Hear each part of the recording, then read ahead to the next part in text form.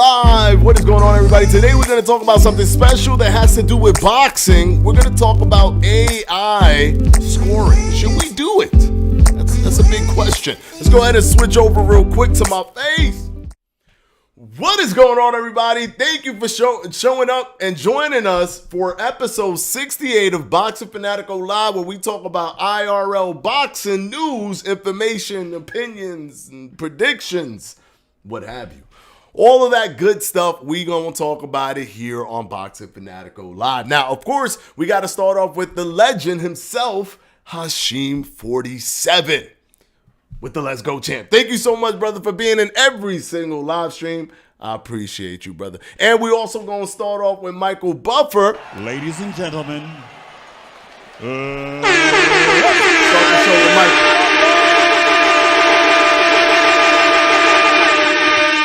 And Katrine Gibson out of nowhere, a new member. It ain't just you, Hugh Jakes. Now it's also Katrine Gibson. Let's give them the new member video. We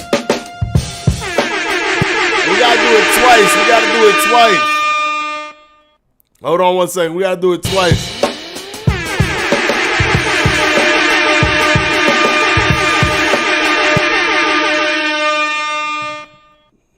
Thank you so much, Katrine. I appreciate it. Love to see new members. Now you have access to all the emojis or whatever that come with, being a member of the Boxing Fanatical family. King of 47, absolutely. They should call the AI Adelaide.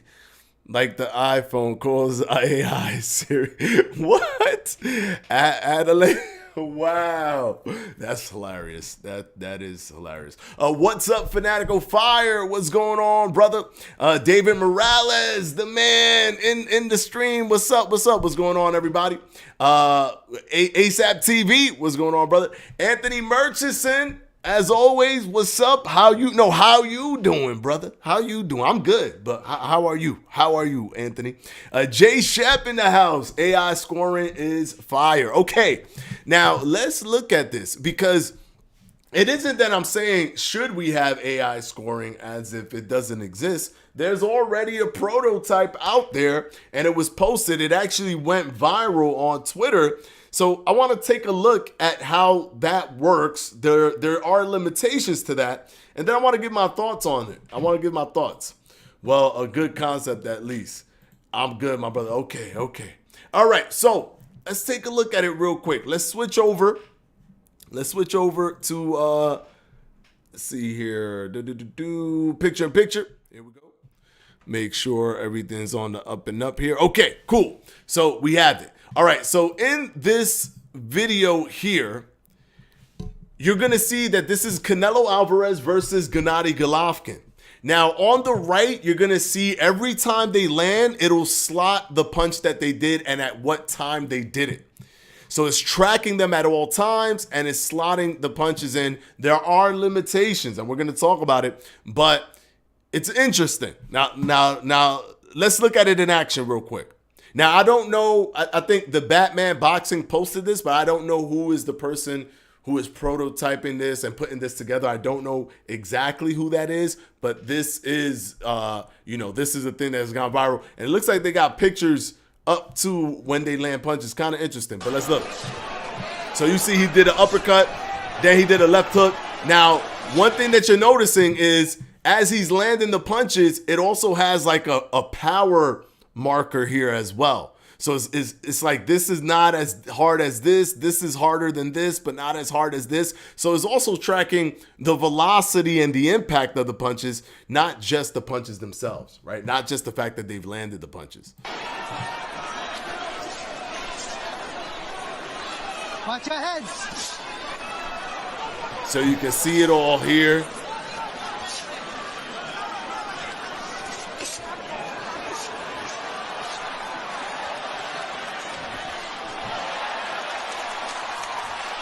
And you're seeing it all tally up.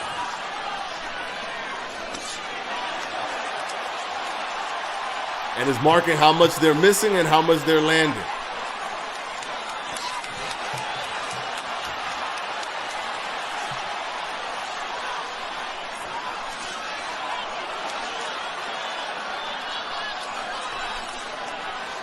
see that? He landed.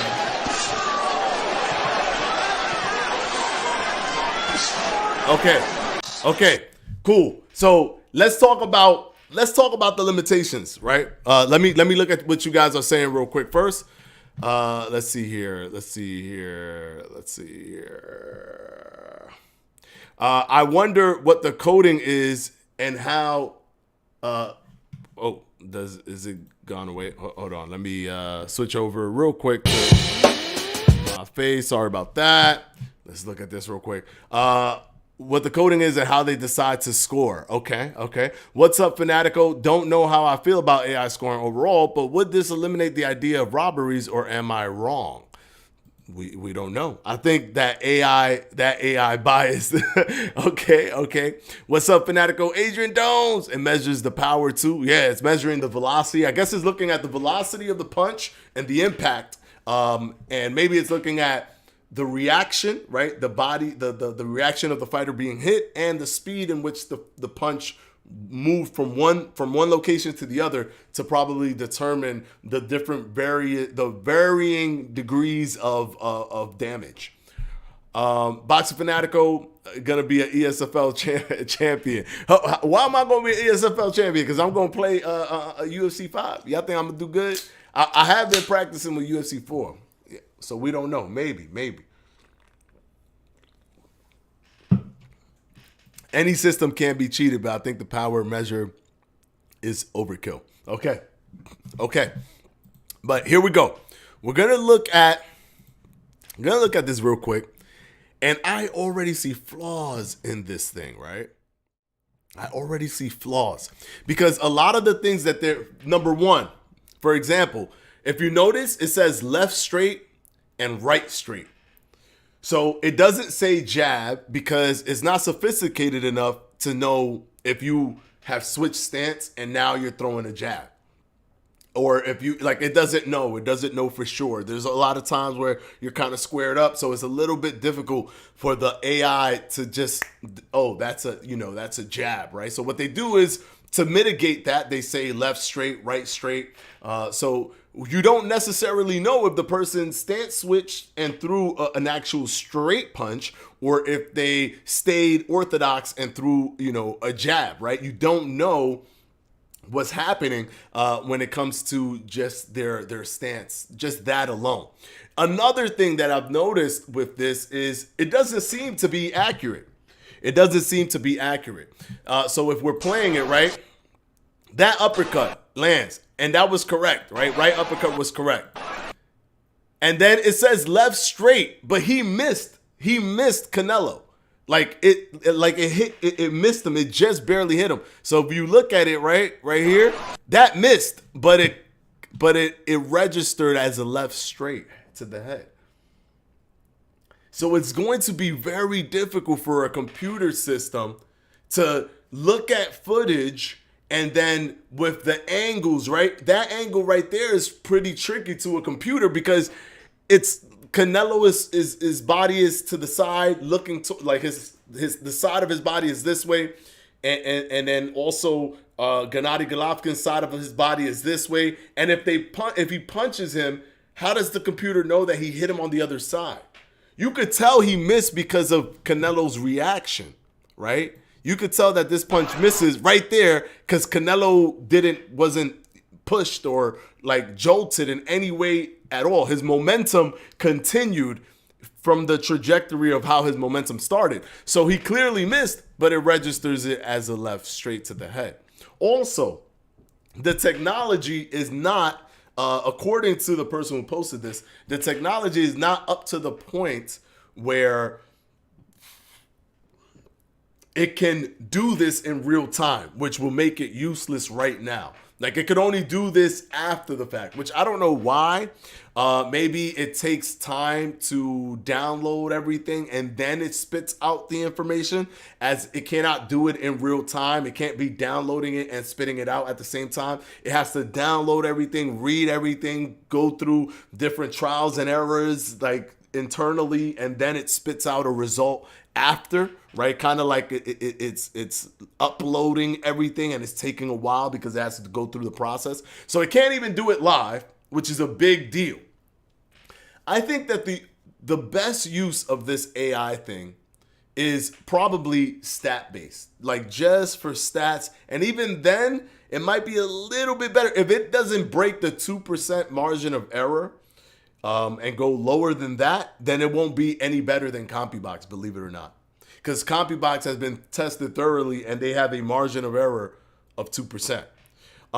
So and CompuBox is just basically an actual person pressing a button, right? So it's just a person pressing K and L, and if you landed a shot, if you landed a jab, it's K. If you landed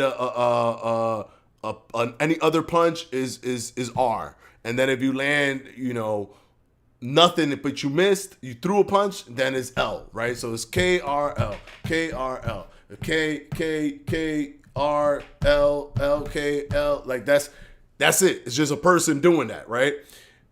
With this, there's also another element that could kind of mess things up. Because here's the thing. How do you sure, this is another misconception that a lot of people have. It's like, oh, Manny beat Floyd. Look at all these punches that landed perfectly, but that's not the only thing that judges look for. That's not the only thing that's part of the criteria. How is this computer system going to determine ring generalship, right? Because ring generalship is completely different. Like, is an abstract concept that is very subjective to how a judge looks at it. So basically, you will have to be telling the AI, you have to have this one way of looking at ring generalship. And that kind of throws it on its head, right? Because ring generalship to one judge might be the person who's the most aggressive, or it might be the person who's most defensively sound, or it might be the better counterpuncher, or the person who holds the center of the ring, or the person who's good on the back foot. Ring generalship is abstract by nature, but it's one of the judging criteria, which is why the judging could seem kind of out of whack when it comes to, like, some judges be off. And sometimes it's not that they're even trying to rob, quote unquote, another fighter. It's just that that's how they view the fight. That's how they view the fight. So there's so many aspects to this AI system that I don't know if it will actually work when implemented. Even if they clean it up, right? Even if they made it more accurate, the subjective nature of scoring a fight based off of so many different measurements, right? And the abstract nature of just ring generalship on its own makes this very difficult to pull off in an AI system. Now, do I think that there's problems with judges when they get things wrong sometimes? Yes. Should there be something better done? Yeah, I think one good step towards fixing this is having younger judges, right? Because they be having the oldest judges in the world that they can't even they don't even know left from right at some points when they get too old, yet they're still judging a fight. I think younger judges will definitely help the situation. So that's something that they could definitely do. But I think that at the most, right, because this technology shouldn't go in vain. This is actually pretty impressive technology, bar a lot of the errors. But if they fix the errors, I think what this can do is be a good stat system, taking the stats of the fight, which is something that we do right now with CompuBox. But if they could get this to be as accurate or more accurate than CompuBox, then it could become very cost effective, right? Because you don't have to hire a person. The person doesn't have to fly out. The person doesn't have to, press buttons. It's just a computer doing it for you. So I think this could replace the pressing of the computer for CompuBox if CompuBox was to buy this technology. But I do not think that it can replace scoring. I personally don't think that it can replace scoring, because scoring is just too abstract. There are things that are straightforward. Yes, who's punching the other person more? But then there's like, what if somebody gets rocked? Does this AI account for somebody getting rocked? Because if somebody's beating you up, but then you rock them, and then you go and hit them a few times, but throughout the fight they hit you more, right? But that moment was so big that you could have won that round in the judge's eyes and in the fans' eyes, the viewers, because he tagged you a few times more than you did, but you rocked him, and he was like wobbly legs on the ropes, and you was tagging him up. So you probably won that round in a judge's eyes. Is the computer going to be sophisticated enough to know, oh, this guy was rocked, this guy is hurt, and he's getting hit? Or are they just going to keep like, oh, that hit that he did was just another hit, and he just trying to get another hit in, and he just hit him a few more times? Is that what's going to happen? So that's one of those things, man. When you look at everything, when you pull out, yes, do you want something to answer for the poor judging that we've had historically in boxing? 100%. Do you want it to be this AI thing? No. I personally think no. I think that unless they could get this thing super accurate to account for ring generalship, which is an abstract concept already, which makes it even more difficult. How do you make the computer? You would have to have the computer either randomize what they would like to see or have this one thing, and then everybody will be playing to that one thing, which is just not, it's not smart. And then, they have to account for all the different dynamics of boxing that just happen when, people are fighting. And I think that an AI computer, the best that it can give us is to be a stat holder, but not judges. I think judging is still needed, and I think the best solution for judging is to have younger people, is to have some sort of kind of thing where they go through a lot of like a trial period to see how good they are. And if they have questionable calls, that they have to be, held accountable for it. They have to sit down and explain why, and rewatch the fight with like people trying to see why they came up with that if it's a super questionable card. And I think that that's the best route so that we can have better judging. Just younger with like more repercussions.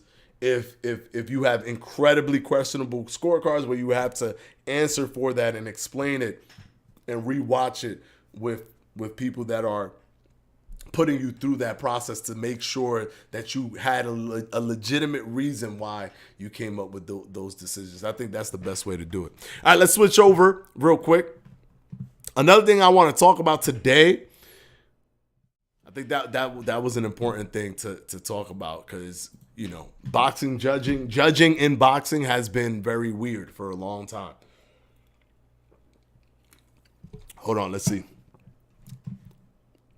With AI, there's no error, but that one had error. But the biggest problem, it can't detect hard shots or feeler shots. No, it could. This one could. Mark Brewer, it actually could. It could detect it. It was showing that it could, it knows when you're throwing a hard punch or when you're throwing a softer punch. It actually knows that. It can account for aggression or damage. Damage, I don't know if it could account for damage. But aggression, they probably can't. And they probably can't account for ring generalship, as we said. How many times is it scoring the fight? How many times is it scoring the fight? I mean, it's just tallying the punches. Right, so if we look at it, let me switch over to picture in picture, make sure you guys can see it. If we look at it, what it's doing, right? If I press this here, you'll see every time they punch right there, right? He landed a left straight, right? They can't even tell if it's a jab, and it tells you the punch. It slots it in. It tallies it plus the amount of punches you thrown plus the versus the ones you landed, and it shows the the velocity and the impact, right? Like this left hook to the head was harder than this one. And we go back, let's see if it was actually harder. See if that left hook was actually harder. So boom, that was the left hook right there. And it definitely was harder than that jab. And then you'll see like all these little punches, and you can see the dots are a little bit different. See, it looked like Canelo stumbled there. And what made that left straight a little bit harder than that left hook, I don't know. I don't know, because it didn't look like it was. But this is what it's, technically doing, right? It's technically scoring all of that stuff. See, left straight to the head, but he missed. He missed the punch. He missed that one. He hit his gloves. But somehow they took that in as a hit. So it's a lot of things that you have to look out for, that it's just very difficult for AI to pull that off. All right, let's switch over real quick. Let's see what you guys have to say. I agree. Before it spits out, it has to go through. How many times is it scoring the fight before it spits out? I don't know. They just put this out on Twitter. It went viral. I actually gave my 2 cents on it on Twitter, but I wanted to talk with you guys. I wanted to talk with the Boxing Fanatical family about, what you guys think about it. Because it's not just what I think about it. It's also what you guys think. I think it's a cool concept. I just can't see it being implemented where it's doing what it needs to do for a combat competition, because there's so many different, the criteria is so much more abstract than just who landed the most punches, who missed the most punches, etc. The coding for this needs to be an open book for transparency, in my opinion, if we use it. Okay. I would rather have post-fight interviews for refs and judges 100%. Oh, yeah. See, yeah, exactly. Like, we could have different reasons, right? Somebody has to account for why they decided the way that they decided. A close fight, sure, right? But if you are just flat out robbing somebody, right, you need to be able to go in front of a group of people and explain yourself. Rewatch it and explain why every round you gave to somebody as it's happening, why you decided to give those rounds to that fighter and not to the other fighter. That's what you have to do. And then you have to be challenged sometimes on it, right? Somebody could be like, oh, but what happened here? What happened there? And then you have to explain why you didn't think that was too important. Why didn't you think it was so important that he rocked him, yet he didn't do anything to his opponent?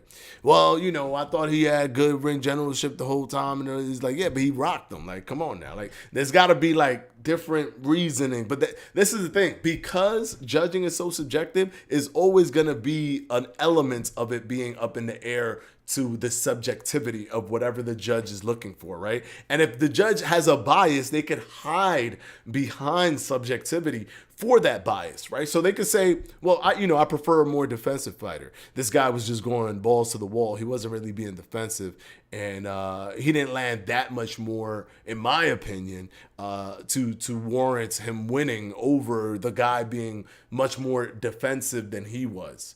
So it's like there's a lot of little wiggle room stuff with judging. I think the best way to do it is if it's close, there's nothing we could do. It's close, right? If rounds are tight, it's whatever the judge finds that leans him one way or the other. There's nothing we could do there. But if the judges are younger, I think that they're more alert and they could see things quicker and they could process things much faster. And if they have to be held account to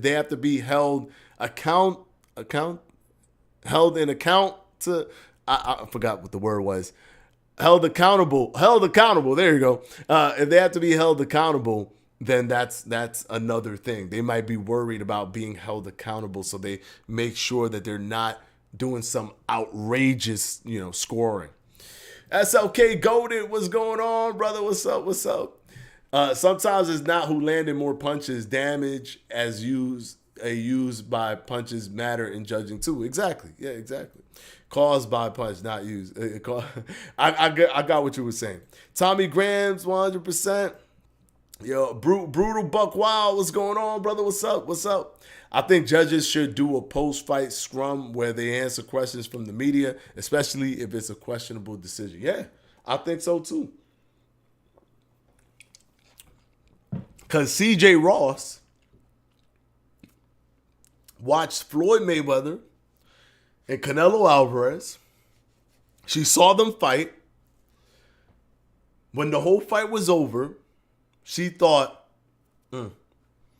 they were equal. She thought it was a draw. Imagine watching Canelo versus Floyd. It was so much not a draw that when when they said Judge C.J. Ross calls it one whatever to whatever a draw, Canelo and his team was like, nah, that's not a draw. No, we lost. Like they were being mad real. Like as they said that, the camera panned to Floyd and Floyd looked scared, right? Because he thought that he was about to be robbed. Because that was the second judge. It wasn't, or the first or second, but it wasn't the third and final one. So Floyd was like, what the? Like he was so worried that they was about to rob him. And then they looked at Canelo and Canelo was like, nah, that's not a draw. It's not a draw. Like she's wilding. Like no way. So he was being honest. Even Canelo's team was like, that ain't no draw. Like that we lost. Like we lost. I didn't even touch him. We lost. He was tagging me all night. I didn't touch him.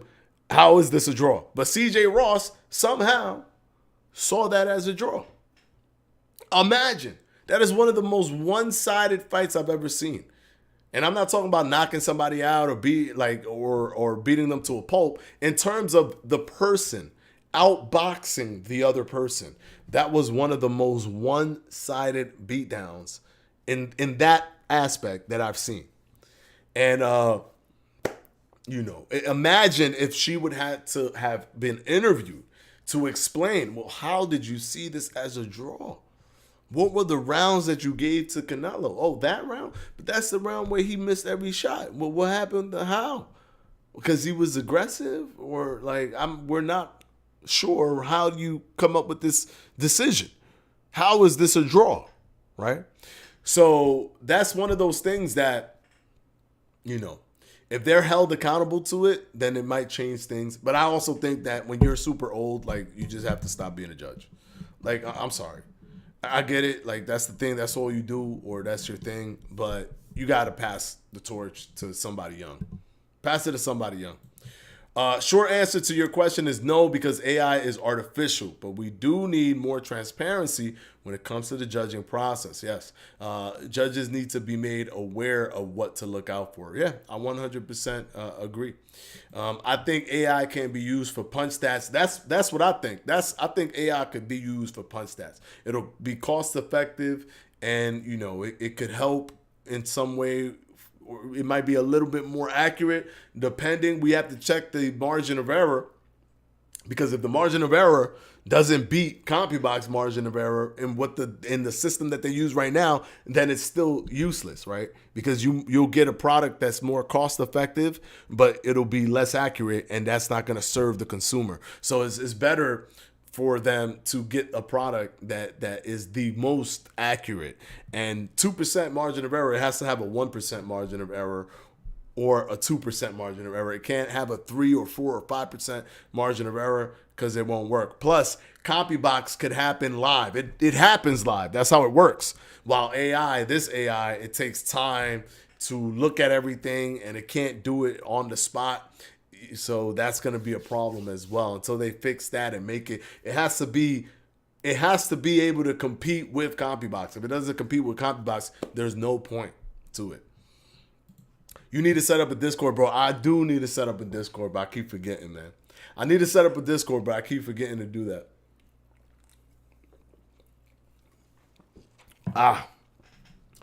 Anthony Murchison and Floyd was like, what the F? Yeah, exactly. He was like, what the F? Yo, his face, I felt so bad, man. I felt so bad. And I was there at the fight. I was at the fight. Me and my wife, who she was my girlfriend at the time, but she's my wife now. We were there, and he was on the big screen, and we were like, whoa, what? A draw? Like, what? Like, everybody in the crowd was like, oh, well, did they just say a draw? It was like, yeah, no, she said it was a draw. And I looked up at the screen, and all I saw was Floyd, like, what the? Like, he just started cursing, and he had the most concerned look on his face. Like, he was waiting for the next judge scorecard, like, in fear, right? But luckily, it was a majority decision for him, because, people weren't, like, every other judge was not insane to do that. And see, it was so bad for CJ Ross actually that she retired right after that fight. That's how bad that was, because it could have led to a different situation with Floyd's career.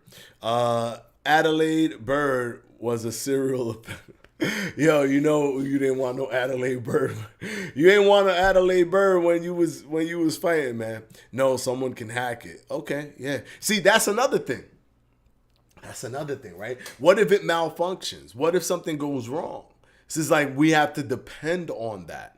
I think that makes it very difficult. With judges as humans, at least you got 3 different humans that are putting in their reasoning for why a fighter won or lost the fight. Because if you have just one computer making this decision and it malfunction at some point, or it's shut off. What if it's shut off? They're not going to stop the fight. You're going to stop the fight because the computer shut off or something went wrong with it or glitched out or something. What are you going to do? No one's taking none of that stuff into account, right? Everybody's just like, anybody who's just like super pro for this or whatever, they're not thinking about any of that stuff, right? So it's like with a judge, it's just a human being. So you at least have that comfort of like nothing got to be stopped. Like they're right there. If something's wrong with them, there's 2 more. Like it's much more like foolproof. The only thing that sucks is that there's wrong calls sometimes, or there's egregious calls sometimes, like the CJ Ross call when she said it was a draw. But other than that, everything else of it makes it foolproof, right? And for the most part, the majority of fights, the judges get them right.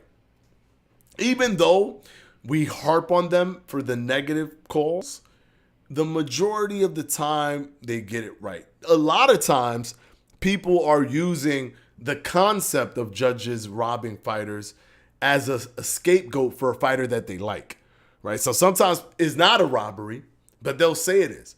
One recent fight that comes to mind is Lomachenko versus Devin Haney. A lot of people are saying that that Lomachenko got robbed. They're using robbery like it's a robbery when that fight was super close. It could have gone either way. It all depended on what the judges liked, what they were looking for, right? You might have liked what Lomachenko was doing, but a judge might have liked what Devin Haney was doing. And it was so close, it's not a robbery. It could have gone either way.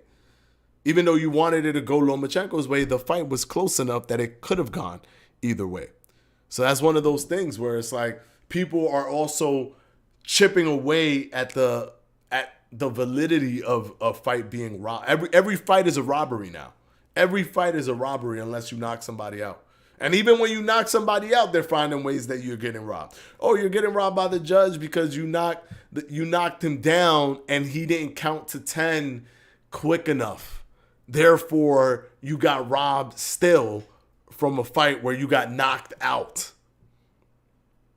So people are still finding ways. Everything is a robbery when it comes to boxing because it's a scapegoat thing that people use to, make themselves feel better about their predictions or about the fighters that they like or about the fighters that they create a groupthink around, right? So there's a lot of different reasons why people do that. So to me, they also are watering down the concept of a judge like robbing somebody. I don't think that we've had that many robberies. I don't think that we've had that, like, people act like it's all the time. It's not all the time. It's very few and far between. Where it's a robbery is very few and far between. Sometimes you get a robbery here and there, but most of the time, the person who was winning the fight tends to win the fight.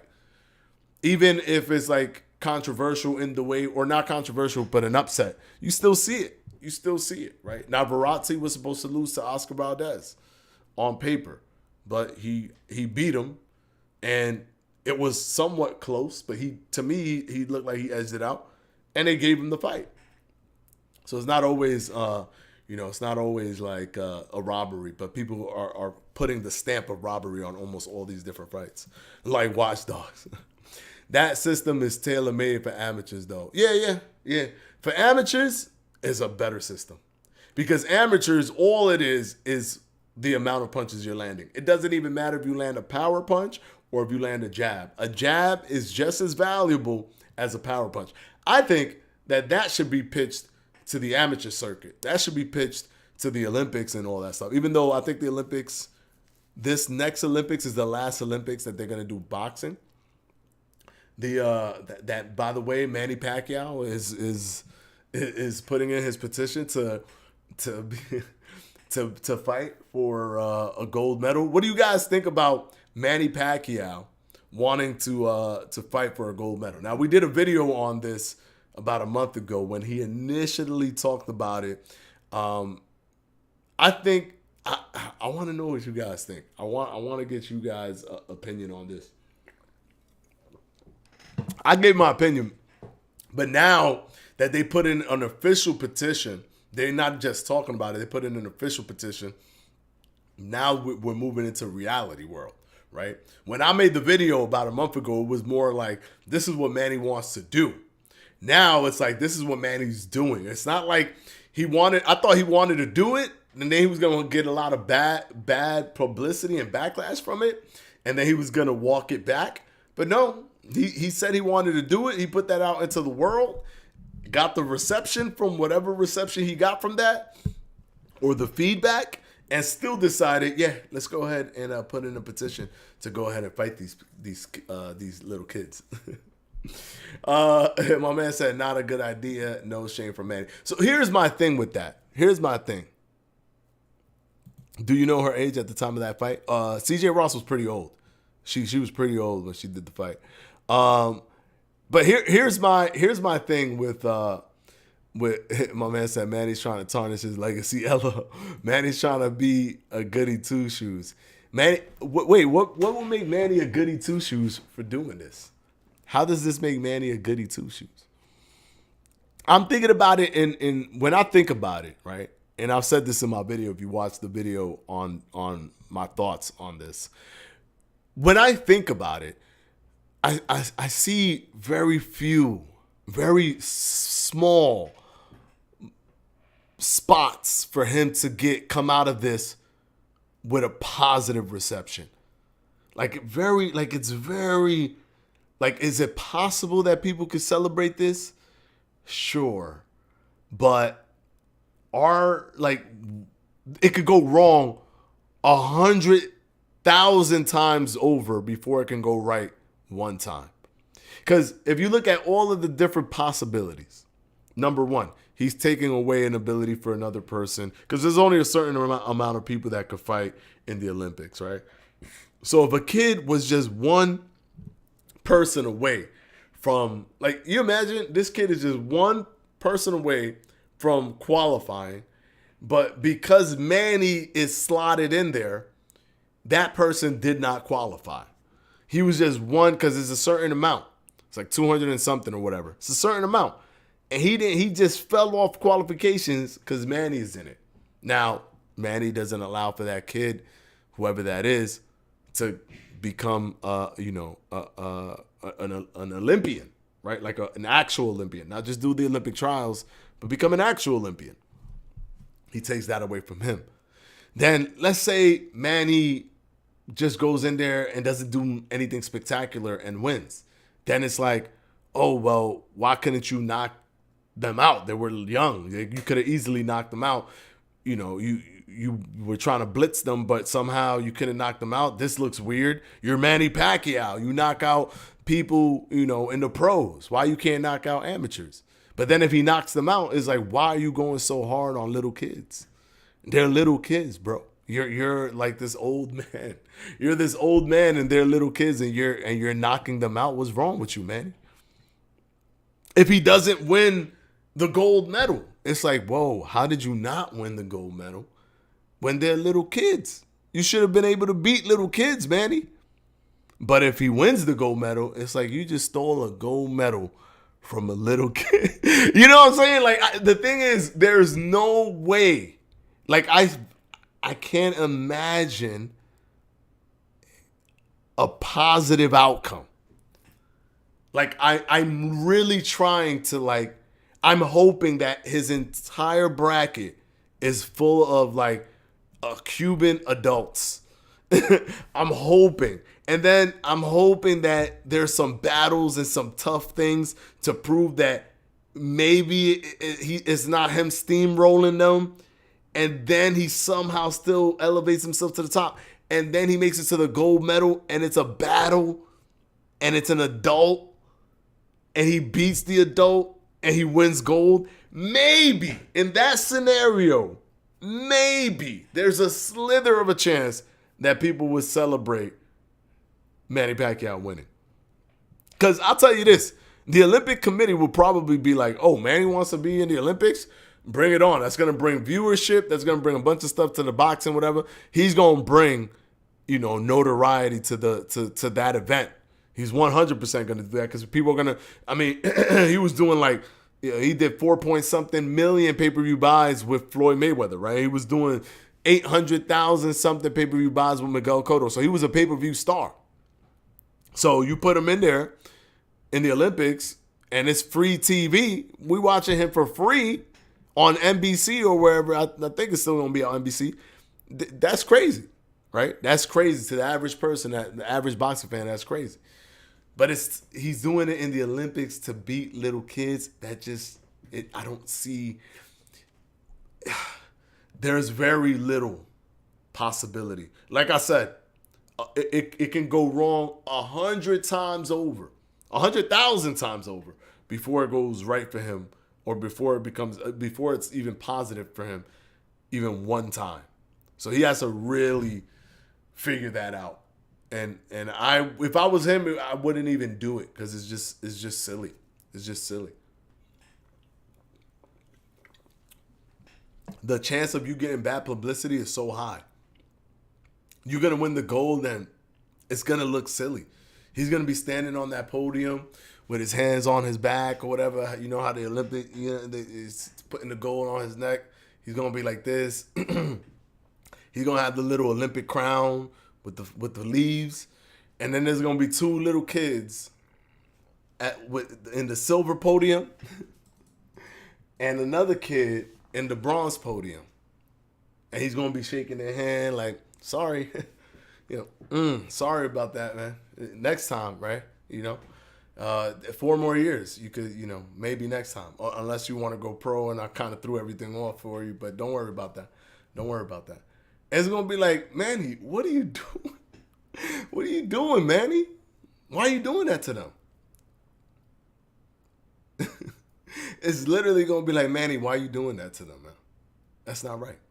That's not right. All right, another thing we got to talk about. What's going on with Terrence Crawford and Errol Spence? What is going on with Terrence Crawford and Errol Spence? This is something that's interesting right now. The fight, oh my goodness, I almost dropped my seltzer water. Let me put this over here. The fight is in December.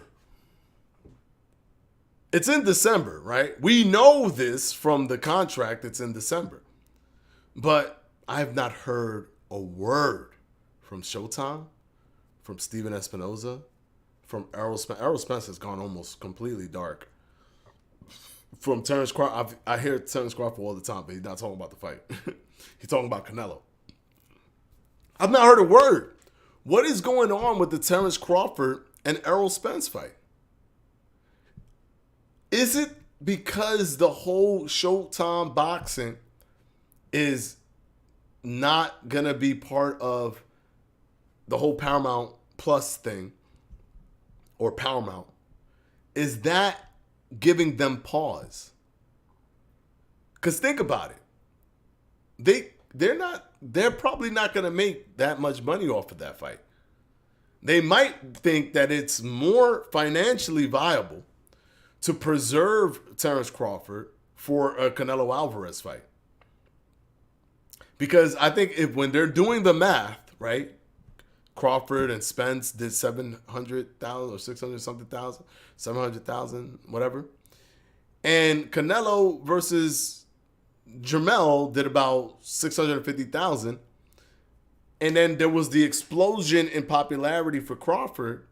I think that they're thinking that after Canelo fights Benavidez, if Benavidez beats Boo Andre, which I know that they are hoping that that's the case, because Benavidez is the clash that everybody's looking for between Canelo and Benavidez, then it makes more sense to have a Crawford fight and not spend the money to put on an event with Crawford and Errol Spence for the second time.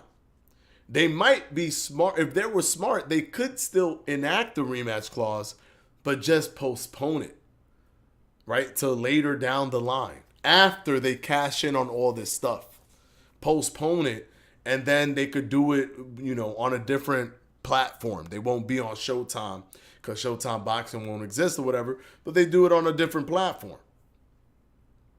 But I can't see them seeing, and I've said this before. I can't see them seeing it be a viable thing, even if it's in the contract. I see it's in the contract. I don't think anything can be done. If Spence wants to fight, he gets to fight. It don't work like that.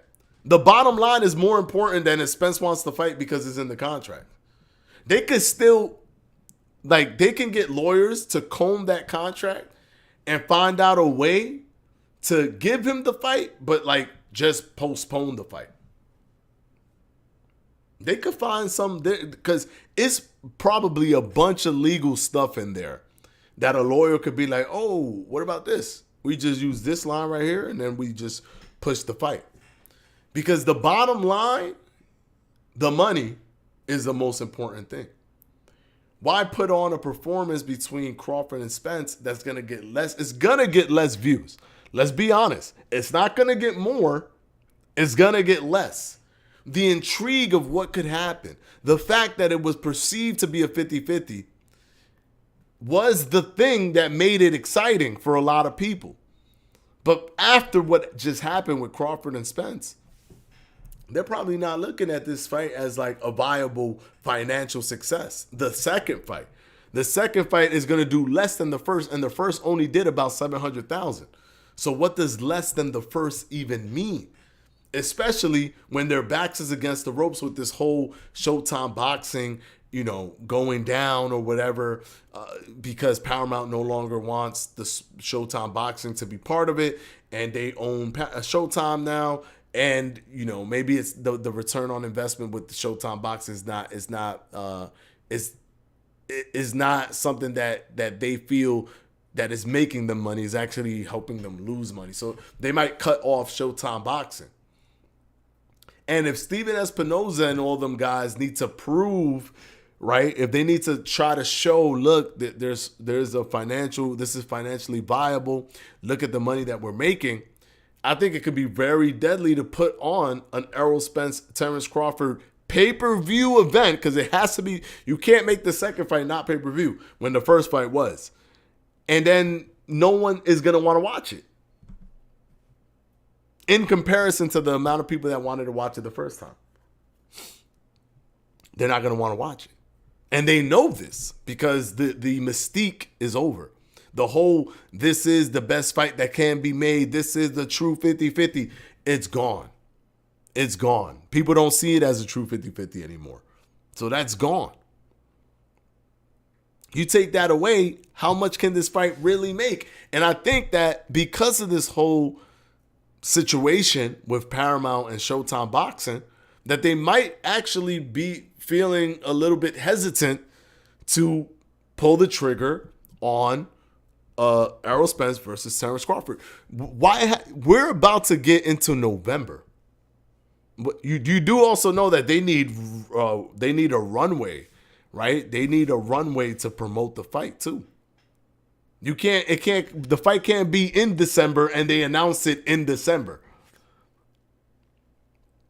So my thoughts is that they're probably going to postpone, preserve Crawford, and then on Canelo's third and final fight, barring that he wins against Benavidez, barring that Benavidez beats Demetrius, a lot of things have to fall into place for this to happen. But it looks that it'll be trending that way, right? It looks like Benavidez is going to beat Andre. It looks like Canelo has the potential to beat Benavidez, although I've not made a prediction on that yet, and I do not think that it is as straightforward as people think. A lot of people thought that Bivol was going to lose to Canelo, and look what happened. So it ain't just a streamlined thing, right? Things can happen. But barring that Canelo beats Benavidez, then his final fight would be with Terence Crawford, and Terence Crawford was preserved. And by preserved is you don't take the financial risk of putting him up against Errol Spence in the event that something happens and Errol wins. You wait until after Canelo versus Terence Crawford, and then you could put, Errol Spence up against Terence Crawford, right? They could do that. They're saying, Benavidez hasn't signed the VADA testing papers. Thoughts? I've not heard about that. And when it comes to these kind of things, those kind of things, I don't know how it works, so I don't want to chime in on that. Maybe he hasn't gotten, around to signing it. Maybe he hasn't gotten, the papers or whatever. Who knows? If I look at him, his body, right? His body doesn't scream to me that he's using performance enhancers, but we never know, right? So, but with that being said, I don't know the process of how this works. If he's just dragging his feet, if he just doesn't care to go as fast as possible to sign it, but then they're trying to spin narratives. I don't know. So I don't want to, put my 2 cents in that because I'm not too sure about what that means. I don't think they're fighting. We should have heard something by now. And we haven't. Let me see what Darren will say. It can probably be done, but they'll have to pay Spence. Yeah. And who knows how much step aside money would he want. True, they could pay Spence. That could be a thing. But they could still say, hey, Spence, you got the rematch. It just won't happen in December of this year. It'll happen in December of next year. Or it'll happen we'll set something up for 2025. Who knows? Like, they can do whatever they want if they get a lawyer to comb through that contract. But the fight getting postponed is a bad thing for Crawford too, right? He's only getting older, so I'm sure he just wants to get it over with. Probably, but I think also when they look at it money-wise, they could preserve Crawford and just to ensure that nothing, because there's already unknowns, right? For this fight to happen, it has to land on September of 2024. Before that happens, Benavidez has to beat Boo Boo Andre. Then Canelo has to beat Benavidez. Now, Benavidez could lose to Boo Boo Andre, and then Canelo will have to beat Boo Boo Andre.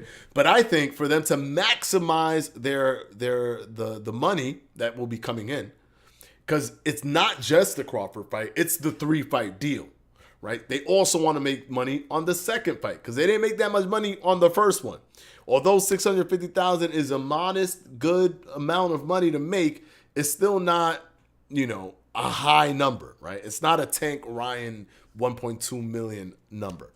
So they want to make money on the second fight. So in their minds, the risk is Boo Boo Andre and Benavidez are fighting each other. That's the risk. If Benavidez beats Boo Boo Andre, then they eliminate that one risk. The second risk to making the most money possible, because it won't be with Benavidez, believe it or not, the most money possible is actually against Terence Crawford. So for Canelo, he has to then beat Benavidez, and that's already another risk. And then he can fight Crawford. If you also add on top that Crawford fights Errol Spence, they do 2 things.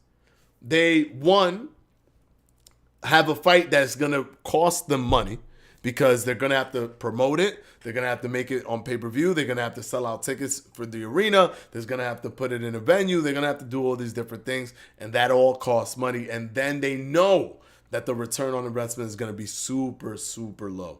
It's going to be very, very low. So they're losing money on the event, and they could imagine they lose money on the event, and then out of nowhere, Errol Spence knocks Terence Crawford out. The only salvageable thing to do is to do a third fight with Errol Spence versus Terrence Crawford, right? And I'm not saying that will happen, right? If they were to fight, I would predict that Crawford would win. But it's boxing. Anything could happen, right? Everybody has a puncher's chance. If you're a professional boxer, you have a puncher's chance, right? So let's say that doesn't happen. But if that happens, the big fight, the Canelo fight, that fight goes down the drain. Because even if Crawford wins the third fight, which now they have to try to create financially another event. This is a third event that just is making less money. Maybe that makes a little bit more because of what Errol Spence did in the second fight, but it's still not making Canelo Crawford money. Now, if Crawford wins that third fight, because Errol Spence was able to knock him out in the second fight or whatever, win the second fight, it dilutes the battle between him and Canelo because he has to go up 3 weight classes to fight Canelo. And the fact that nobody could beat him at the lower weight classes makes it seem more viable. Like, well, nobody could beat him down here. He's knocking everybody out. If he goes up, maybe there's a challenge there. But if Errol Spence could beat him, that narrative of him just being this guy that we got to see him actually tested will go out the window because he was we saw him tested in the second fight. So now they're putting on a third event that they don't want to put on. They lost the money, the maximum money that they could make between Canelo versus Crawford for that September 2024 fight. And it's just more risk. Just having him fight is more financial risk than having him not fight.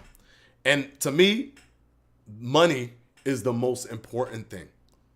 Money is the most important. It beats out somebody had a contract that said they needed to get a rematch. Money is more important than that. Money is more important than that. They could give him a percentage of the Canelo Crawford fight as a way to appease him, and that's an even safer route than actually having him fight Crawford. Now, do I want to see the fight? Not really. Does he deserve to have the fight? Sure, because it's in the contract. And if they do fight, I wouldn't mind. But looking at it through the business perspective, I don't see it being financially viable. It's just adding more layers of risk where there's already layers of risk with Benavidez, Boo Andre, Benavidez, Canelo, and then Crawford, Errol Spence. All of that has to go right. All of that has to go right for them to come out net positive to some degree with the Canelo contract that they offered Canelo $100 million for 3 fights. So it's a big deal. Anthony Murchison, even though I know it's not going to happen, but what if Spence is able to get the fight to go all 12 this time? I mean, he'd have been knocked out in the first, and then it went to the 12th in the second. That's it. That would be it. You hear about James Toney's fight next month. He better not be fighting. He better not be fighting. He is in no position to fight. He's in no positions to fight. But that's putting Crawford on the shelf for who knows how long he needs to fight too. Otherwise, he will be rusty, which is something you don't want to be fighting Canelo. But they might actually roll that dice. Or they might have him fight. They might have him fight a fight at 147. So because there's problems with fighting Errol at 147, he might do a 147 fight. They might do a Boots fight with Crawford. A Boots fight actually makes more sense. It keeps Crawford at 147, which is what he wants to do. It lets Errol Spence move up to 154. And then Crawford, gets his fight in with a perceived threat because people think that Boots is this perceived threat when really he's not. Right? In comparison to the accolades and the amount of competition that Terrence Crawford has fought, Boots is nowhere near that. But people perceive him because of the way he's fighting his fights. So he could get that out the way. He could close that chapter, use it as a stay busy fight, use it as literally a stay busy fight, which is a little bit offensive, but probably the truth of the matter, and then have him fight Canelo as opposed to having an Errol Spence fight where he doesn't want to go to 154, where there's all these complications. They could probably make the Boots fight not pay-per-view, right? They could do a lot of things. They could play with that a little bit more. They don't have to pay Boots so much, right? So it's more financially viable to actually have Crawford fight Boots than it is to actually have, Errol Spence and Terrence Crawford fight again. Guys, you can't ask me anything about Undisputed. I already see people asking about Undisputed. I can't talk about Undisputed on this platform. I'm their content manager. I could only talk about it on their platform. So that's the Undisputed, YouTube channel, Undisputed TikTok, all that stuff, Twitter. That's where we communicate with you when it comes to Undisputed. So if you're going to ask me about Undisputed, ask there, right? I'm the content manager. So it could be me answering you. It could be somebody from our team. It's us. So if you need to talk to us there, talk to us about the game, talk to us there. Here is just about in real life boxing and other boxing video games and also UFC 5. We're talking about that.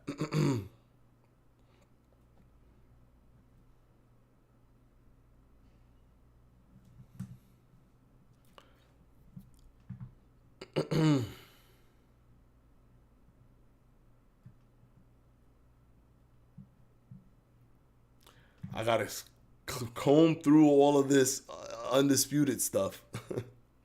Trilla is putting on a fight with Razor Ruddock and Tony. That's crazy. That's crazy. Smash the like. Yo, smash the like, guys, if you haven't. Yes. We already hit 8 o'clock, so we're going to go ahead and end the stream. I do have something to tell you guys. I won't be live for Friday and for next week because I won't be here. I'll be in Greece. So, yes, your boy's going on a little vacation, right? So, I'll be in Greece.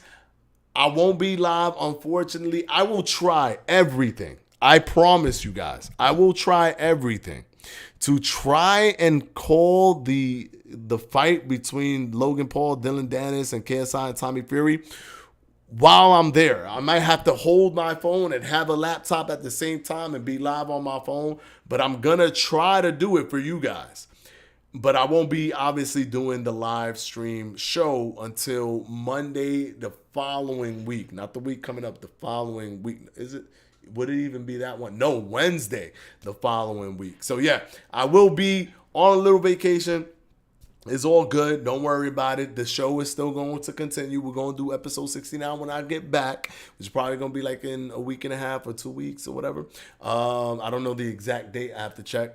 But yeah, don't worry about that. But I'm going to try, as I said, to go live for that fight. To go live overseas is wild right now. Yeah, I know. Yeah, I know it's wild right now. Say thank you, Tommy Grants. Thank you guys. Thank you, Daryl, Anthony Merchant, and Sammy. Thank you so much. But yes, I'll be over there, and gonna try again, as I said, to do the live watch along for that fight because I know it's gonna be big, and I don't want to miss out on that. But we'll see. Anyways, we're gonna go ahead and end it. Other than this week and the next week and Mondays, Wednesdays, Fridays is our date where we go live every Mondays, Wednesdays, Fridays, 7 p.m. Eastern time to 8 p.m. Eastern time. Make sure to hit that subscribe button and hit all notifications so you are aware. We also do boxing video game content on here and UFC 5 stuff. We're going to be doing that here as well. So if you want to be part of all of that stuff, we just dropped the video reacting to Marshall Mind's video where he was fighting Romero. I enjoyed it. It was a good video. So if you guys want to be up to speed on all that stuff, we're going to be doing that on this channel as well. And yeah, so that's it. Hit subscribe, hit the like on your way out. People watch this video on demand. Hit the like on your way out, and we're going to go ahead and end the stream here. And until the next one, I will see you. I'll be on Twitter still, so you can still, communicate with me there. But until a few weeks from now, I'll see you then. All right. Peace out, guys.